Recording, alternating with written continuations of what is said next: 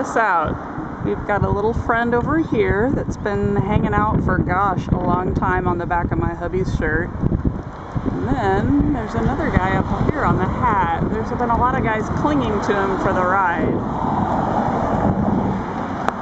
Because we're hanging out here in beautiful Watson's Bay, Sydney, Australia. We've been going for some great coastal walks. We went for one a couple days ago and we swatted at flies the whole time. I could not even go 2-3 minutes without swatting at flies in my face.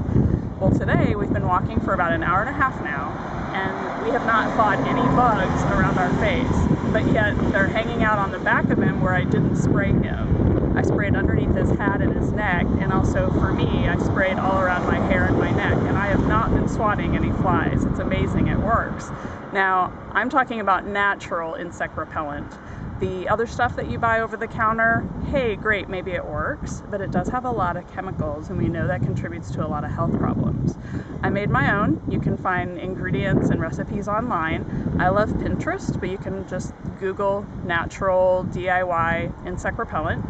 I used a mixture of a touch of glycerin, witch hazel, alcohol, and then I used different essential oils like eucalyptus, citronella, little rosemary, lemongrass. And you can Google which ones are most helpful for insect repellent. And awesome, what's really awesome is I love the way it smells. You can just put it in a little spray bottle, and we brought it with us. So it works. Try it yourself, because it's great to not have little friends on you all day.